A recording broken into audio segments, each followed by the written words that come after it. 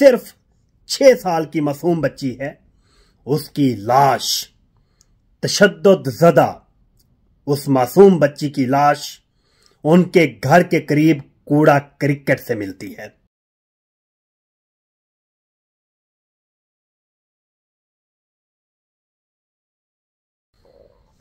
تسمیہ سہیل، جو کہ آزاد کشمیر پاکستان سے بلونگ کرتی ہے، جس کی عمر صرف 6 سال ہے، جو گھر سے نکلتی ہے اور پھر لوٹ کر گھر واپس نہیں آتی۔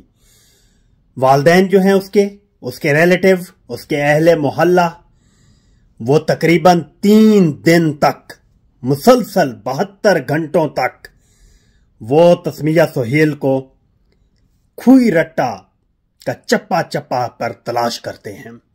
وہ اس علاقے کی کوئی جگہ نہیں چھوڑتے، وہ ہر جگہ پر اس معصوم بچی کو تلاش کرتے ہیں۔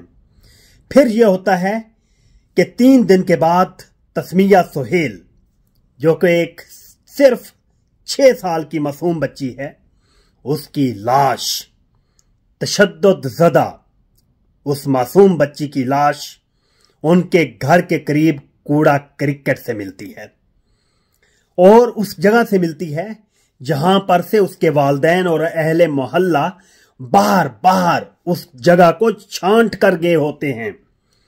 ان کے والدین اور ان کے اہل محلہ کا کہنا ہے کہ اس جگہ سے ہم بار بار تلاش کر چکے تھے، لیکن پہلے نہیں ملی، لیکن 72 گھنٹوں کے بعد ملی۔ اس سے یہ ثابت ہوتا ہے کہ معصوم تسمیہ سہیل کے ساتھ شاید 3 دن تک ظلم اور زیادتی ہوتی رہی، اور پھر قتل کر دینے کے بعد ان کے گھر کے قریب کوڑا کرکٹ کے ڈھیر پر پھینک دی جاتی ہے۔ یہ انتہائی انسانیت سوز واقعہ ہے جو انتہائی دل دہلا دینے والا ہے۔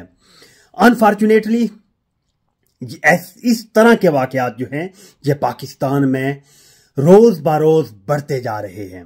میں سمجھتا ہوں کہ ان واقعات کی روک تھام کے لیے سب سے پہلے جو بنیادی ذمہ داری ہے وہ والدین کی ہے، اس کے بعد ادارے اور ریاست آتے ہیں، اور ان بچوں کی فلاح و بہبود کی جو ذمہ داری ہے وہ معاشرے اور ریاست دونوں کے ذمے عائد ہوتی ہے۔